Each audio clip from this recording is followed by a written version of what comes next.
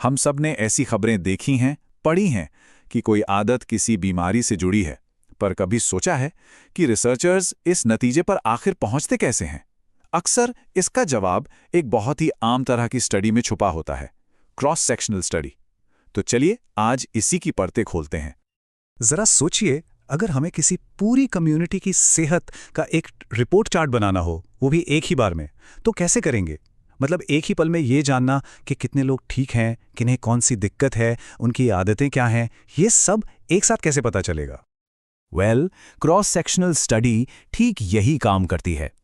इसे ऐसे समझिए कि ये किसी आबादी की सेहत की एक तस्वीर खींच लेती है। ये उस पल का एक स्नैपशॉट होता है जो हमें दिखाता है कि ठीक उस वक्त उस लम्हे में क्या हो रहा है। तो सबसे पहले बात करते हैं इसके सबसे बेसिक काम की, और वो है किसी आबादी की स्थिति को बस बयान करना। मतलब ये बताना कि उस एक पल की ज़मीनी हकीकत क्या है।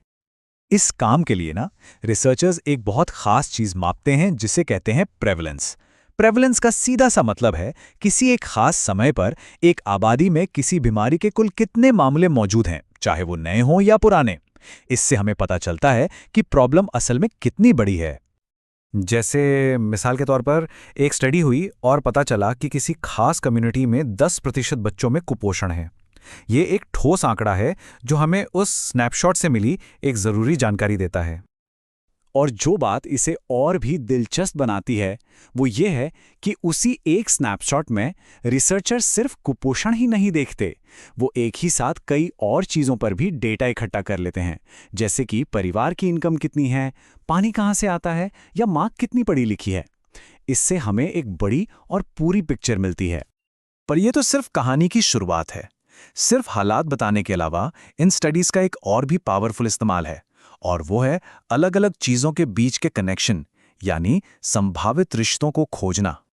और यहीं पर क्रॉस सेक्शनल स्टडीज दो अलग अलग तरह की हो जाती हैं। पहली डिस्क्रिप्टिव, जो सिर्फ ये पूछती है क्या हो रहा है, और दूसरी एनालिटिकल, जो ये पूछती है क्या एक्स और वाई के बीच कोई कनेक्शन है।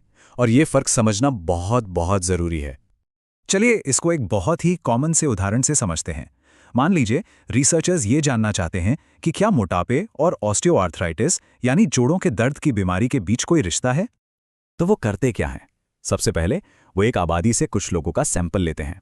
फिर एक ही समय पर दो चीजें पता करते हैं, कौन मोटा है और किसे ऑस्टियोआर्थराइटिस है। इसके बाद वो लोगों को दो ग्रुप्स में बांट देते हैं, एक जिन्हें ये बीमारी है और दूसरा जिन्हें नहीं है। और फिर आखिर में वो दोनों ग्रुप्स में मोटापे की दर की तुलना करते हैं। अगर बीमारी वाले ग्रुप में मोटापे की दर ज्यादा निकलती है तो ये एक संभावित जुड़ाव का इशारा हो सकता है। तो अब सवाल ये उठता है कि इन स्टडीज के फायदे क्या हैं और कमियां क्या हैं। इसे समझना बहुत जरूरी है, खासकर जब हम इनसे जुड़ी कोई खबर पढ़ते या सुनते हैं। देखिए, इस स्नैपशॉट वाले तरीके के कई फायदे हैं। ये स्टडीज करने में काफी तेज होती हैं, इनमें खर्चा भी कम आता है, और ये एक ही बार में कई चीजों की जांच कर सकती हैं। और तो और ये भविष्य में होने वाली बड़ी रिसर्च के लिए नए आइडियाज भी देती हैं। लेकिन इसकी एक बहुत बहुत बड़ी कमजोरी भी है, और वो है पहले मुर्गी आई या अंडा वाली प्रॉब्लम। इस पॉइंट को समझना सबसे जरूरी है। अपने पुराने वाले उदाहरण पर वापस चलते हैं। स्टडी ने दिखा तो दिया कि मोटापे और ऑस्टियोआर्थराइटिस में एक लिंक है, पर सवाल यह है कि क्या मोटापे की वजह से जोड़ों में दर्द हुआ, या फिर जोड़ों के दर्द की वजह से लोग चल फिर नहीं पाए और मोटे हो गए। क्योंकि हमने सब कुछ एक ही स्नैपशॉट में देखा, इसलिए यह बताना नामुमकिन है कि पहले क्या हुआ। तो सबसे बड़ी सीख यही है, क्रॉस सेक्शनल स्टडी ये कभी नहीं बता सकती कि एक चीज की वजह से दूसरी चीज हुई है। ये सिर्फ उनके बीच एक जुड़ाव या एसोसिएशन दिखा सकती है, कारण नहीं बता सकती। इनकी कुछ और भी सीमाएं हैं, जैसे ये बहुत रेयर बीमारियों के लिए अच्छी नहीं हैं, या फिर फ्लू जैसी बीमारियां जो कुछ ही दिन रहती हैं वो इस स्नैपशॉट में छूट सकती हैं। और हाँ, इनसे ये भी पता नहीं चलता कि नए मामले कितनी तेजी से बढ़ रहे हैं।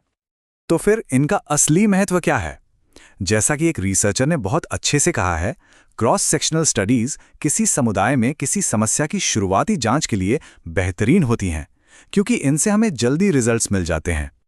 तो अगली बार जब कोई ऐसी हेडलाइन दिखे कि एक्स का वाई से संबंध है, तो सबसे पहले मन में एक सवाल लाना है, क्या ये एक क्रॉस सेक्शनल स्टडी थी? और अगर हाँ, तो ये याद रखना है कि ये सिर्फ एक जुड़ाव हो सकता है, जरूरी नहीं कि एक चीज दूसरे का कारण हो। बस ये एक छोटा सा सवाल हमें जानकारी को ज्यादा समझदारी से देखने में मदद करेगा।